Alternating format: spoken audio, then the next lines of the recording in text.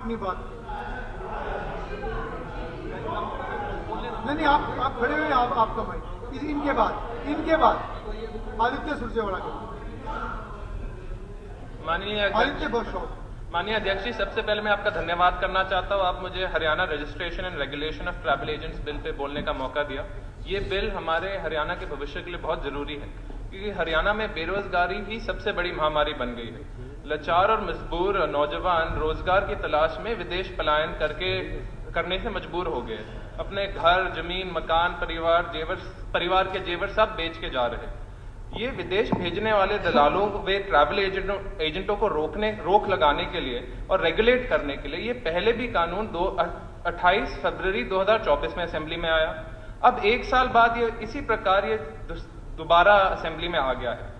लेकिन जो डॉक्टर कादियान साहब ने भी बोला, जो भारत सरकार और होम मिनिस्ट्री ने ऑब्जेक्शन लगाए वो भी हमें बताया जाए, तभी हमें समझ आएगा कि क्या उस कानून में लिमिटेशन थी जो आज बताई जा रही है।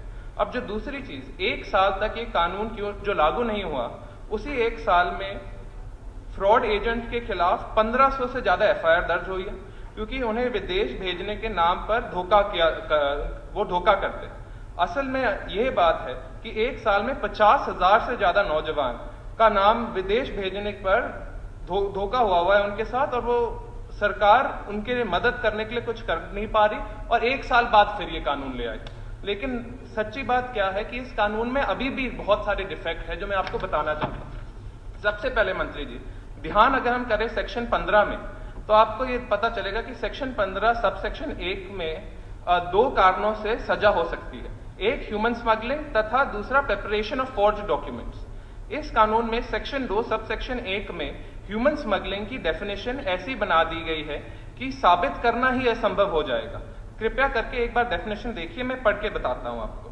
ये डेफिनेशन है, human smuggling shall mean and include illegal exporting, sending और transporting a person out of India और any type of facilitation thereto by receiving money from him or his parents, relatives or any other person interested in his welfare by inducing, alluring, deceiving or cheating। Human smuggling में सीधे किसी भी व्यक्ति की नाजायज तरीके से अगर विदेश भेजने का अपराध माना जाना चाहिए, पर ना जाने किसी कारण 2 शर्तें और जोड़ दी हैं। एक तो एजेंट को पैसा देने की शर्त, और दूसरी धोखाधड़ी और हेराफेरी की शर्त। आप बताइए कि इन दिनों चीजों का क्या, इन दोनों शर्तों का क्या आवश्यकता है?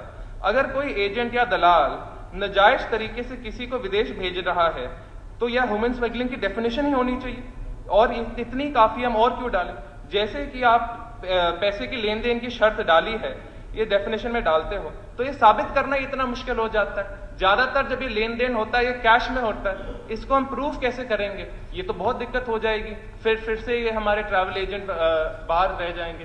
दूसरा, चीटिंग, डिसीविंग या इंड्यूसमेंट को साबित करना क्यों जरूरी है?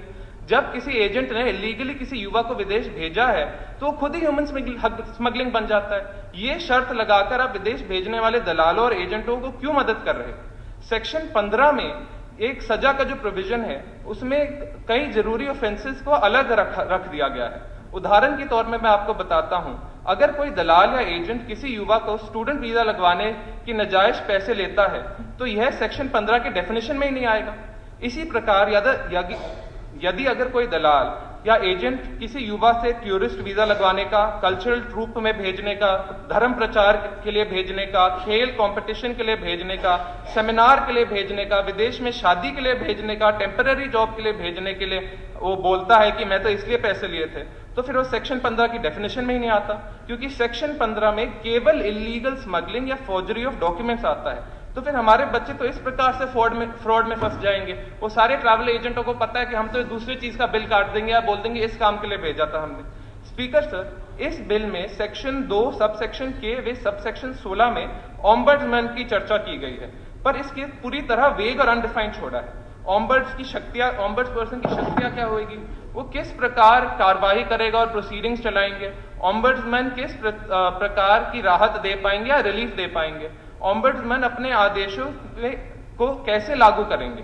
अगर ऑम्बड्समैन केवल मामला पुलिस को भेजने के लिए है, जैसे सेक्शन 16 में लिखा है वो भेजेंगे, तो फिर पीड़ित युवा किसी भी सीधा पुलिस के पास क्यों नहीं जाएगा, वो ऑम्बड्स के पास क्यों आएगा?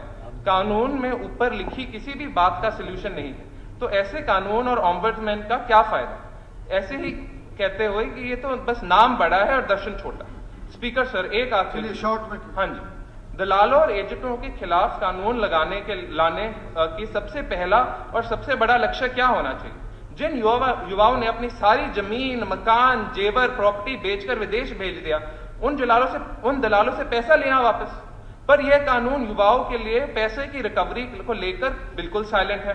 सेक्शन 17 में अदालत द्वारा जो कॉम्पेंसेशन का प्रावधान है, वहां भी सालों बाद पता नहीं कब संबंध हो पाएंगे, वह भी युवा द्वारा दलालों के दिए गए पैसे का रिकवरी के लिए नहीं है। तो आप ऐसे इस कानून के जो धोखा दिया जा रहा है, वो सबसे पहले पैसा रिकवरी के लिए होना चाहिए और हमें उस पर फोकस करना चाहिए। स्पीकर सर, आज विदेश जाने में हरियाणा के लड़के और लड़कियों की सबसे बड़ी समस्या कुछ और है सच्ची में, जिसकी इस कानून में चर्चा ही नहीं हो। हमारे बच्चे विदेश जाकर फंस जाते हैं और वापस आना चाहते हैं, पर इस कानून में विदेश में फंसे हुए हमारे बच्चों को वापस लाने की कोई मैकेनिज्म नहीं। हमारे बच्चे विदेश जाते हैं